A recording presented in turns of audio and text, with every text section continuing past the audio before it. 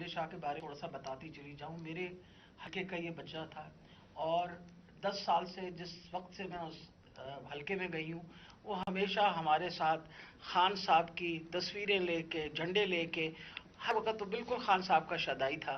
اور جب سے یہاں پچھلے 1.5 ماہ سے یہ باہر بیٹھا ہوتا میری اس سے روزانہ ملاقات ہوتی. ایک سادہ لو انسان، اس سے کبھی کسی کو کوئی نقصان نہیں دیا، کبھی کسی کو کوئی تکلیف نہیں دی، ہمیشہ پیار سے وہ بات کرتا تھا، سب کے ساتھ وہ ملتا جلتا تھا.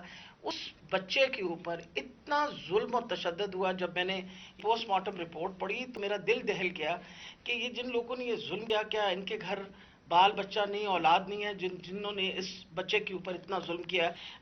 یہ پوسٹ مارٹم رپورٹ ہے میرے پاس جو ڈیٹیل، اس میں اس کو 26 انجریز تھی.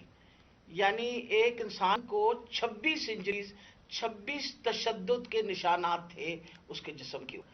سب سے اہم جو تھا وہ تھا کہ اس کے سر کے اوپر باقاعدہ کسی بلنٹ انسٹرومنٹ یعنی کسی ڈنڈے سے اس کو زور سے اس کے سر پہ مار کے اس کا یہ جو ٹیمپرل بون سائڈ کی بون ہوتی ہے اس کا فریکچر ہو کے اور اس کا انٹراکرینیل ہیمریج یعنی دماغ کے اندر اس کے خون بہنا شروع ہو گیا تھا.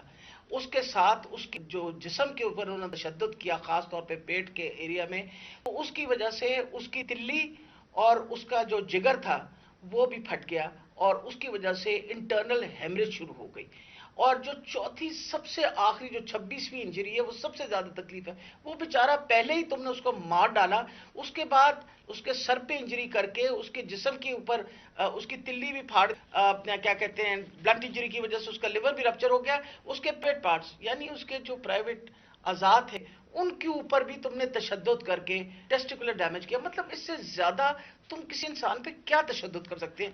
ان کی رپورٹ میں آپ کو بتا تم کسی انسان پہ کیا تشدد کر سکتے ہیں؟ ان کی رپورٹ میں آپ کو بتا نہیں سکتی کہ یہ ہم جیسے ڈاکٹرز جو ہر وقت ان چیزوں سے ہمارا بھی دل دہل